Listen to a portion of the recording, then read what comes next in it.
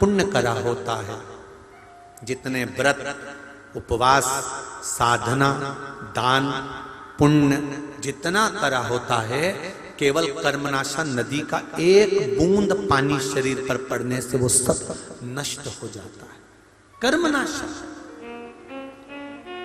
ब्रह्मा जी के रक्त से बन गए।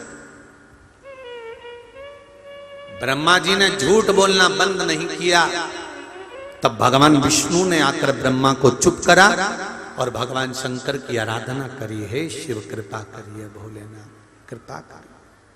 शिव जी ने पूछा क्या हुआ नारायण? नारायण कहते हैं आप ब्रह्मा जी को क्षमा कर दो, ब्रह्मा जी को क्षमा करो।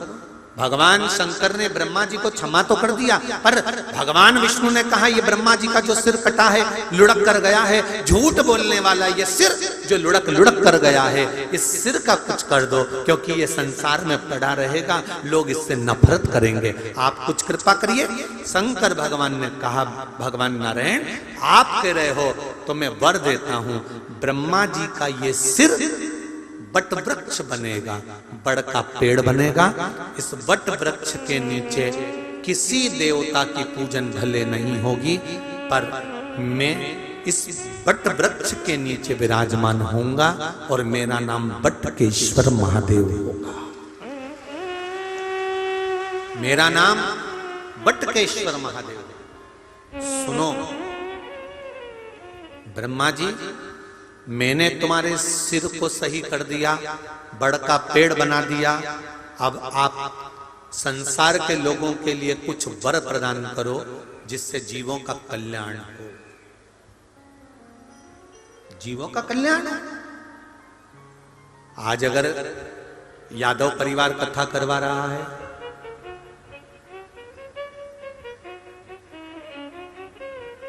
डॉक्टर कृष्णपाल जी अगर कथा करवा रहे हैं सांसद महोदय, तो ये केवल एक व्यक्ति के लिए नहीं है,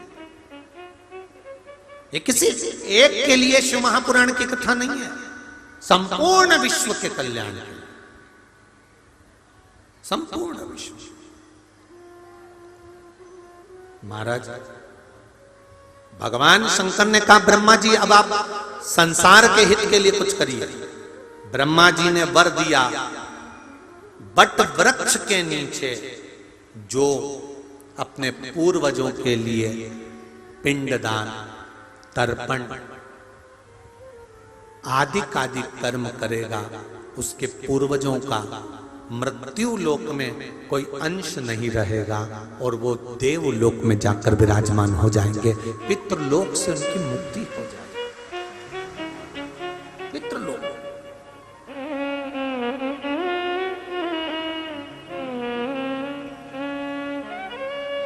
दुनिया का सबसे सुंदर लोक है पितृलोक।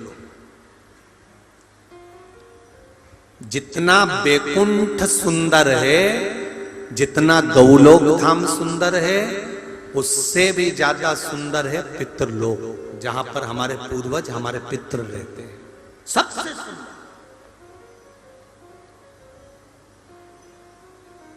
और उन पितृलोक की बेटियां भी कितनी सुंदर हैं, जरा ध्यान दीजिएगा। पितृलोक की 3 बेटियां हैं पितरों की। पहले नंबर पर मैना, पार्वती जी की मां। दूसरे नंबर पर सुनैना, माता जानकी की मां। तीसरे नंबर पर कीर्ति, राधा जी की मां। ये पितरों की बेटियां हैं। जिस पितृलोक में इतनी सुंदरता है, शिव महापुराण की कथा कहती है बैकुंठ धाम से भी लाख गुना सुंदर है पितृलोक, जहां पितृ रहते हैं, जहां पितृ निवास करते हैं।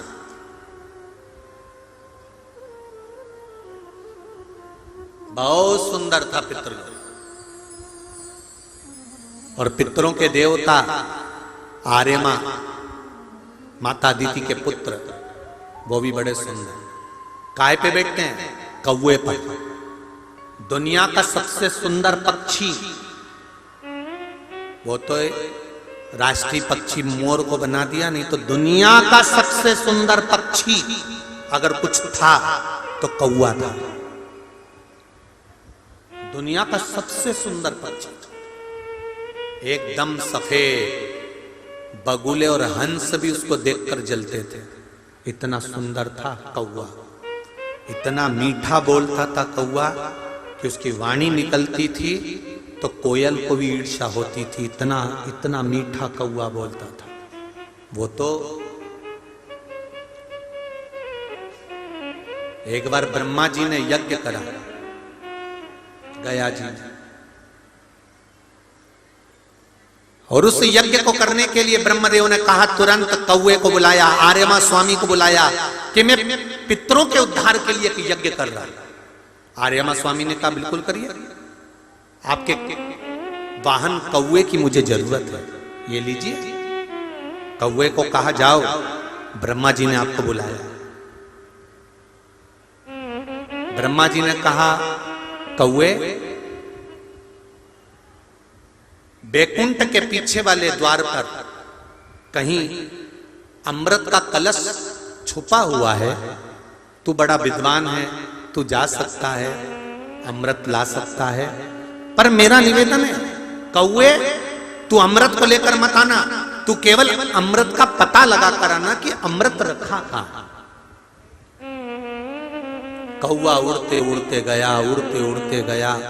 कई दिन कौवे को अमृत ढूंढते ढूंढते हो गए, पर अमृत नहीं मिला। कौवा थक गया। ब्रह्मा जी ने कहा था जब तक अमृत ना मिले तब तक लौट कर मत आना। कौवा थक गया। आर्यमा स्वामी से पूछा, स्वामी आप मेरे सेठ हैं, आप स्वामी हैं, आप बताओ अमृत कहां रखा है। आर्यमा स्वामी ने कहा मुझे मालूम होता तो मैं अमृत तुझे पहले बता देता। कौवे से कहा तुम ढूंढो। कौवा एकदम सफेद मीठी वाणी बोलने वाला उड़ते उड़ते उड़ते उड़ते सारे लोकों में घूम कर आ गया। मृत्यु लोक में आया, शिव की आराधना करी। आप बताओ अमृत कहां रखा है। शंकर जी ने इशारा कर दिया, तुम कैलाश के पीछे जाओ, और उस कैलाश के पीछे उत्तराखंड का जो आनंद है वहां देव शिखर है।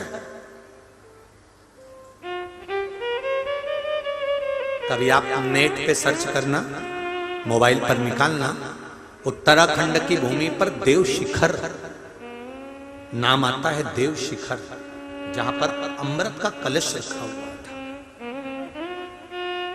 कौवा उड़ते उड़ते गया, कलश को देख लिया, थक गया था, बहुत भूख लग रही थी, बहुत प्यास लग रही थी।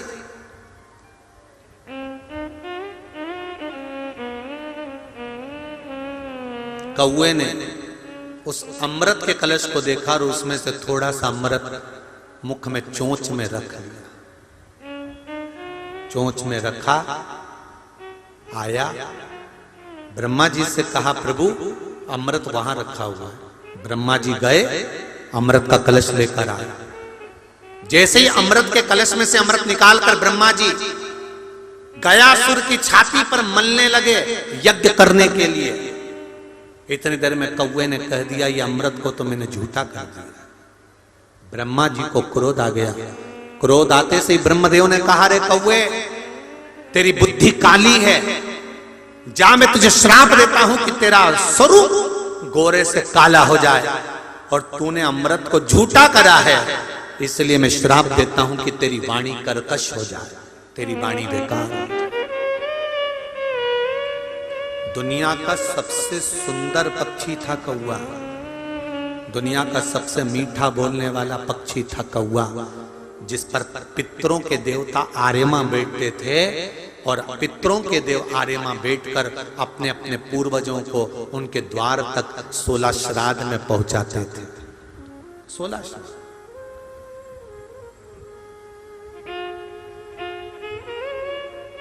शादी में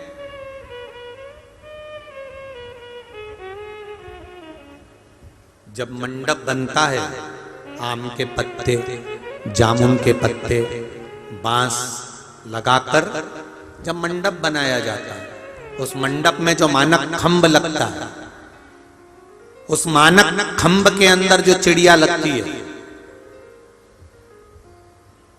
दुनिया के लोगों को लगता है कि वो चिड़िया लगी है, और उस मानक खंभ के अंदर हमारे पूर्वज जिस कौवे पर बैठकर आर्यमा स्वामी के साथ आते थे, उस आर्यमा स्वामी का प्रतीक है वो मानक्खम। इसलिए आज भी विवाह में मंडप होता है तो सबसे पहले पूर्वजों के नाम की ही, वहां पितरों के नाम की ही धूप का स्मरण होता है। अब यहाँ पर होता है कि नहीं होता वो नहीं मालूम, पर हमारे यहाँ आज भी उधर मालवा क्षेत्र में जब मंडप होता है तो मंडप में धूप दिलाई जाती है या मंडप की पूजन होती है तो पूर्वजों के नाम से, पितरों के नाम से पत्थर रखकर, लिया रखकर उसकी पूजन कर कर फिर स्मरण करा जाता है पूर्वजों का, पितरों का। केवल पितर 16 श्राद्ध में ही नहीं पूजे जाते, जहां शादी का मंडप होगा वहां पूर्वजों का स्थान होगा, वहां पूर्वजों का स्थान। आर्यमा कौए को श्राप दे दिया। सबसे सुंदर लोक है पितृलोक, बहुत सुंदर। पितर कभी भी उस पितृलोक से जाना नहीं चाहता। भगवान विष्णु बैकुंठ धाम में सबसे कम रहते हैं और सबसे ज्यादा भगवान विष्णु पितृलोक में रहते हैं। तुम्हारे जैसे ही हैं भगवान नारायण भी, कम है क्या? आपके रिश्तेदार अगर मिलने के लिए आए तो आप घर पे मिलोगे कि दुकान पे मिलोगे? अरे बोलो तो जम के। वो तो पत्नी फोन लगा के बोलेगी कि काका जी आए हैं, तब तुम दुकान छोड़ के आओगे। एक बार किसी भक्त ने भगवान से कहा कि मैं तो मरने के बाद बैकुंठ जाना चाहता हूं। भगवान विष्णु ने कहा क्या करेगा बैकुंठ में आकर? कि लो प्रभु, हम तो आपके चक्कर में बैकुंठ आ रहे हैं और आप कह रहे हो कि बैकुंठ आकर क्या करोगे? दुनिया के लोग कहते हैं हमें बैकुंठ जाना है, हमें बैकुंठ जाना है, हमें बैकुंठ जाना है, पर भगवान सूरदास जी अपने पद में लिखते हैं कहा कराऊं मैं बैकुंठ के जा, मुझे बैकुंठ नहीं जाना, मैं बैकुंठ जाके क्या करूंगा? तो किसी ने पूछा बैकुंठ क्यों नहीं जाना चाहते? सूरदास जी लिखते हैं बैकुंठ में जाकर मुझे करना क्या है, क्योंकि अगर मैं बैकुंठ जाऊंगा तो वहां पर एसी का रूम मिलेगा, डनलप के गद्दे मिलेंगे, सोना चांदी के कटोरे मिलेंगे, खाने के लिए 56 भोग मिलेगा, सब कुछ मिलेगा। लक्ष्मी जी भी बैकुंठ में मिलेगी, पर जिसके चक्कर में मैं बैकुंठ जा रहा हूं वो मुझे नहीं मिलेगा। सब कुछ मिल सकता, भगवान विष्णु बैकुंठ में नहीं मिलेंगे। किसी ने पूछा भगवान विष्णु से आप बैकुंठ में नहीं रहते? भगवान बोले नहीं नहीं नहीं, मैं बैकुंठ में नहीं रहता, बस रात्रि को सोने आता हूं, बाकी के समय कहां रहते हो? तो कहा मैं पितृलोक में रहता हूं। पितृलोक में क्यों? तो भगवान विष्णु कहते हैं जब संसार के मनुष्य, पृथ्वी पर रहने वाला मानव जब भगवान की कथा सुनता है तो मैं जो कथा सुनने के लिए पंडाल में जाकर बैठता है, भगवान विष्णु कहते हैं उनके घर के पितरों के कंधे पर मैं हाथ रखकर कथा सुनता हूं, इसलिए मैं पितृलोक में रहता हूं। बहुत भाग्यशाली हो आप सब, आपके घर के पितरों के कंधे पर भगवान विष्णु का हाथ। 1 बजे कथा चालू होती है और 4 बजे तक चलती है। 1 बजे से 4 बजे तक पितृलोक में भगवान विष्णु हम सब के पितरों के कंधे पर हाथ रखकर बैठते हैं कि तुम्हारे बच्चे शिव महापुराण की कथा करवा रहे हैं, तुम्हारे बच्चे शिव महापुराण की कथा करवा रहे हैं, तुम्हारे बच्चे भजन गा रहे हैं, तुम्हारे बच्चे पुण्य कर रहे हैं, तुम्हारे बच्चे सत्कर्म कर रहे हैं। ये हमारे घर के पितरों के कंधे पर भगवान विष्णु का हस्त कमल होता है। 3 घंटे आप कथा में रहते हो तो 3 घंटे मेरे नारायण आपके पितरों के कंधे पर हाथ रखकर आपको आशीर्वाद देते हैं। आशीर्वाद, पितृ बड़े खुश होते हैं, बहुत खुश। एक कथा आती है ना, एक रहनी नाम की एक बहन थी, उसका भाई था रहू। क्या नाम है? रहू। इस कथा को सुनना। कहते हैं श्राद्ध पक्ष में ये कथा अगर सुन ली जाती है तो ब्राह्मण घर से अगर भूखा गया हो या दूसरी जगह से भोजन कर कर दूसरे घर में भोजन करने आए हो और हमारे पितर तृप्त नहीं होते हो, तो रहू और रहनी की कथा हमारे पितरों को जब सुनाई जाती है तो हमारे पितर संतुष्ट होकर आशीर्वाद प्रदान करते हैं। ये वो रहनी और रहू की कथा।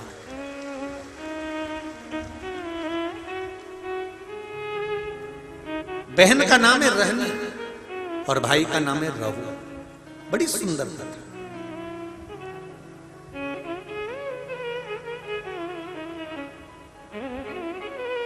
भाई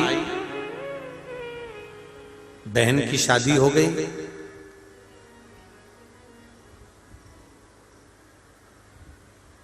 किसी कारणवश रहनी का पति चले गए, समाप्त हो गए। पर रहनी शिव भक्ति से दूर नहीं है। रहनी शंकर जी की आराधना में डूबी रहती है, शिव भक्ति में डूबी रहती, और होना चाहिए। महाराज शिव भक्ति का स्मरण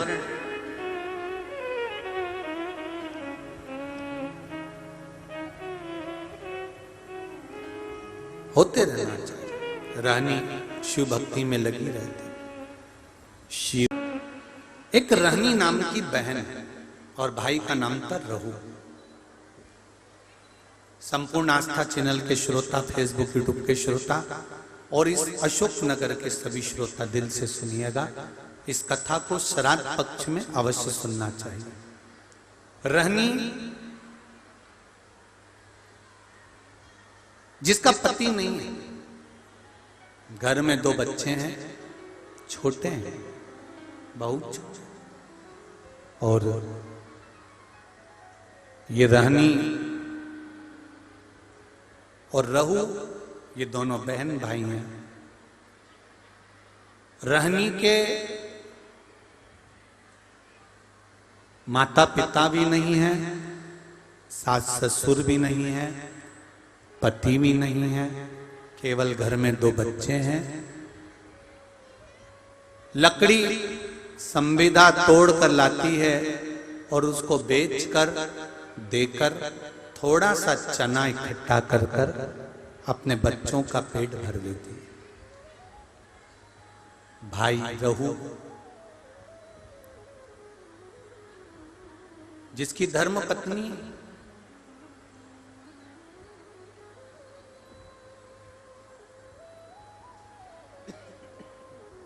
थोड़ी प्रीतता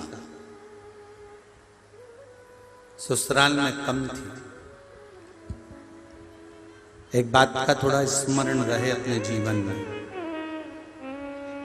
मेरा बेटियों से, माताओं से एक निवेदन पहले भी रहा है, आज फिर करते हैं कि जब आपका मंगल विवाह हो जाए, शादी हो जाए, विवाह के बाद में प्रयास करना कि इस शरीर को, इस मन को, चित्त को मायके से ज्यादा ससुराल में लगाने का प्रयास करना, तो कोई घर नहीं टूटे।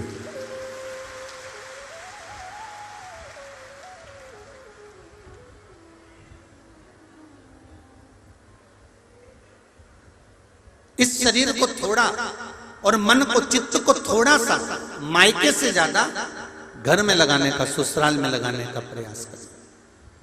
हम मना नहीं करते, माता पिता जब तक जिंदा हैं तब तक बेटी को माता पिता के प्रति प्रेम रखना चाहिए। ऐसा नहीं है कि प्रेम खत्म करें, प्रेम पूर्ण रहे, पर आपका समर्पण ससुराल के प्रति ज्यादा।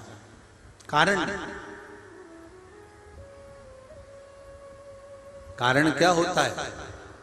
आप मायके में 1 रुपया भी मत भेजिए, पर आप मायके से ज्यादा प्रीति रखेंगे तो एक ना एक बार सास ससुर देवर जेठ कुटुंब कबीले के मुख से निकल जाएगा, सब यही भर रही होगी ले जाकर। और भले बेचारे मायके वाले अपना गुजारा खुद कर रहे हैं, जैसे तैसे अपने जीवन को जी रहे हैं, पर एक इल्जाम लग जाता है कि ये दे रही है। इसलिए प्रीतता रखो, पर थोड़ी रहनी अपने मायके से ज्यादा प्रीतता नहीं रखती। भाई रहू का बड़ा प्रेम था भाभी घर में। अब श्राद्ध पक्ष का समय आया, रहू ने अपनी पत्नी से कहा कि पिताजी को गए हुए समय हो गया, माता को गए समय हो गया, दादा दादी को गए समय हो गया, मैं गया का पिंड करने के लिए जा रहा हूं।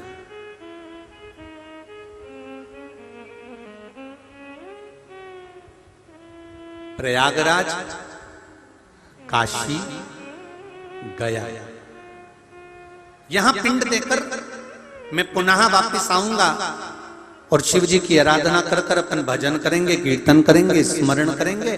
तुम एक काम करना, अपनी धर्म पत्नी से रहू कहता है कि किसी ब्राह्मण को बुलाकर मैं जहां जहां पिंड दान करने के लिए जाऊं, आप दादा दादी के श्राद्ध में, माता पिता के श्राद्ध में किसी ब्राह्मण को बुलाकर भोजन करा दें। किसी ब्राह्मण को बुलाइएगा, भोजन कराइएगा। जब ये सुना तो धर्मपत्नी ने कहा, सुनो स्वामी, ब्राह्मण को भोजन करने बुलाऊं और ब्राह्मण अपने घर में ना आए, उसका एक कारण था। जिस ब्राह्मणों के घर के पास रहू रहता था, रहू की धर्मपत्नी इतनी ज्यादा लड़ोकी थी, इतनी लड़ती थी कि जितने ब्राह्मण आसपास में रहते थे उनकी सबकी पत्नी से रहू की पत्नी का झगड़ा हो चुका था। तो ब्राह्मण भोजन करने इसके घर में नहीं आए।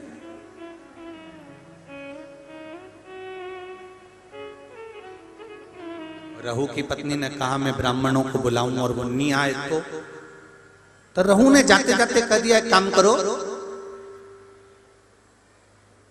मेरी बहन और मेरे भांजा भांजी को भोजन करने के लिए बुला लो।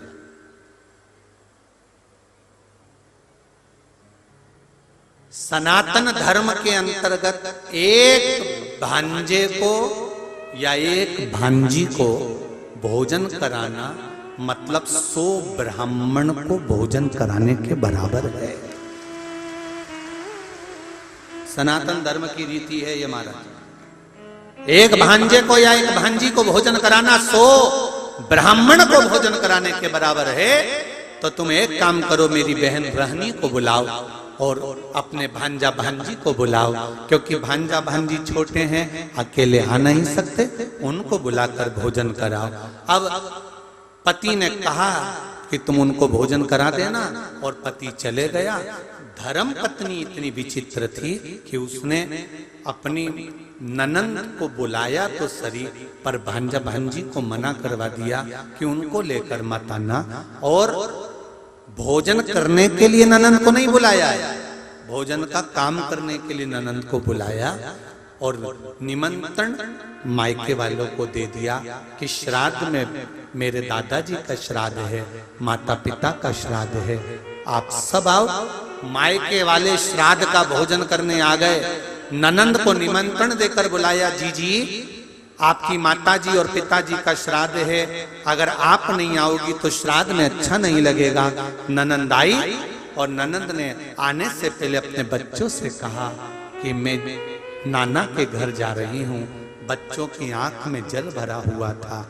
माँ, आप हम दोनों को छोड़कर जा रही हो, हमें भी साथ ले चलो, हम भी चलना चाहते हैं। नहीं, तुम्हारे मामी जी ने केवल मेरा निमंत्रण करा है, मैं जाऊंगी, तुम रुको। माँ,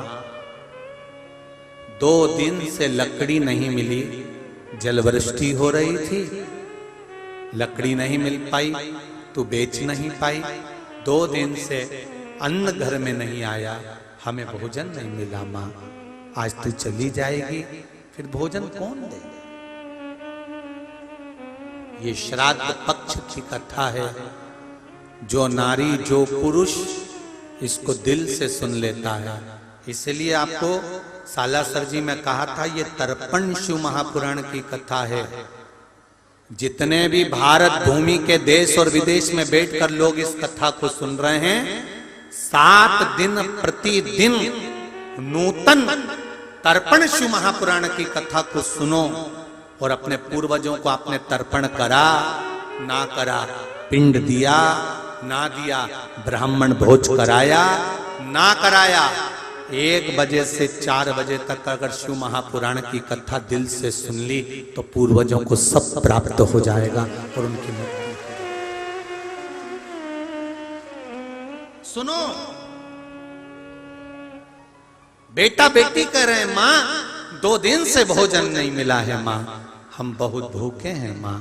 माँ कहती है तेरे नाना और नानी का श्राद्ध है, मैं जा रही हूं, मैं मामी से कहूंगी कि बच्चे भूखे हैं तो भोजन दे देगी मामी। इसको नहीं मालूम था कि ननन को केवल काम करने के लिए बुलाया। रहनी गई, घर में पहुंची, बहुत मेला लगा हुआ था मायके का। खुश हो गई रहनी, आज मेरे माता पिता का श्राद्ध हो रहा है और इतने मेहमान आए। जब माता पिता के श्राद्ध में 10 ब्राह्मण, 20 ब्राह्मण, 25 ब्राह्मण भोजन करते हैं तो दुनिया की कोई ऐसी ननंद नहीं होगी जिसके चेहरे पर प्रसन्नता ना हो कि मेरे मायके में इतने लोग भोजन करते हैं, मुझे गर्व महसूस होता है। मुझे गर्व महसूस होता है इतने लोग भोजन करते हैं मेरे मायके में। मेरे जब दादाजी का श्राद्ध होता है, हमारे यहाँ सारे ब्राह्मण आते हैं, इतने लोगों को बुलाया जाता है, इतने रिश्तेदार आते हैं, ननन खुश होती है, आंख में जल नहीं भरता ननन को। रहनी की आंख में खुशियों के अश्रु आ गए। मेरे माता पिता कितने भाग्यशाली हैं। जो जैसा होता है उसके मरने के बाद भोजन भी वैसा ही होता है। जो मरा उसके हृदय में खुशियां रहती है ना कि इसको भी भोजन कराओ, इसको भी भोजन कराओ, इसको भी भोजन कराओ, इसको भी भोजन कराओ।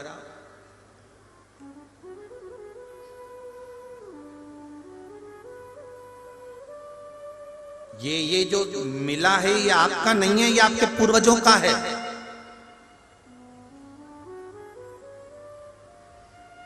हम आदरणीय सांसद महोदय जी से भी कहे कल कि आप अगर इस क्षेत्र के सांसद बने हैं तो ये आपके पिता की पुण्याई है जिनके बल पर आप बैठे। ये पिता की पुण्याई है। कितना मुश्किल, बड़े से बड़े सूरमा भी इस संसदीय क्षेत्र में आके चले गए थे, पर कहीं उनकी पुण्याई होगी और महादेव की कृपा होगी, राजराजेश्वर की करुणा होगी तो बिठा था। ये उसकी कृपा से रहनी प्रसन्न हो रही है, आनंदित हो रही है।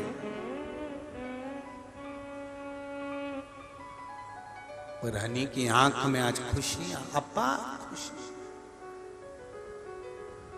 उस खुशी का कोई बखान नहीं कर सकता। एक ननन से पूछा जाए, एक बेटी से पूछा जाए, इतनी माताएं मेरी अशोकनगर की बैठी हैं।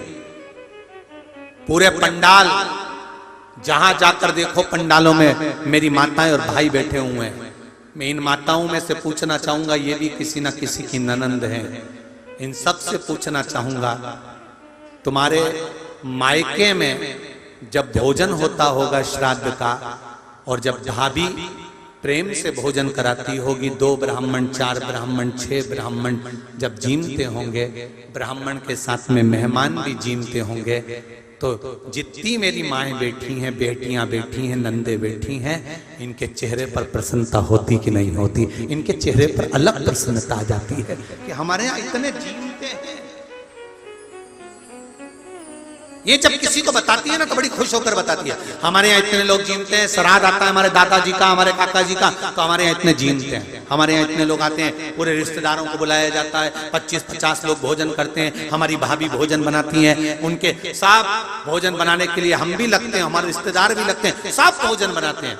और शिव महापुराण की कथा स्कंद पुराण कहती है, नर्मदा पुराण, गर्ग संहिता, नारद पुराण, कूर्म पुराण, नरसिंह पुराण कहती है, स्वयं गरुड़ पुराण कहती है कि घर में जितनी माताएं रहती हैं, अगर वो घर में भोजन बनाती हैं श्राद्ध पक्ष में, और जितनी माताएं मिलकर भोजन बनाती हैं, जब वो जिमाती हैं तो केवल ससुराल वालों को उसका भाग नहीं मिलता, मायके वालों को भी उसका आधा भाग प्राप्त हो जाता है, जितनों के हाथ लग जाता है, जितनों के हाथ लग। बड़ी प्रसन्न है रहने, रहू कहकर चले गया, जाओ।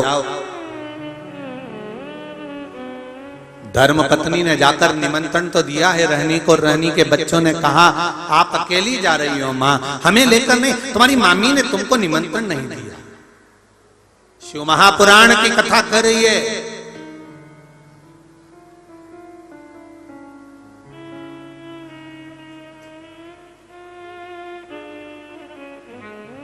जब गणेश जी महाराज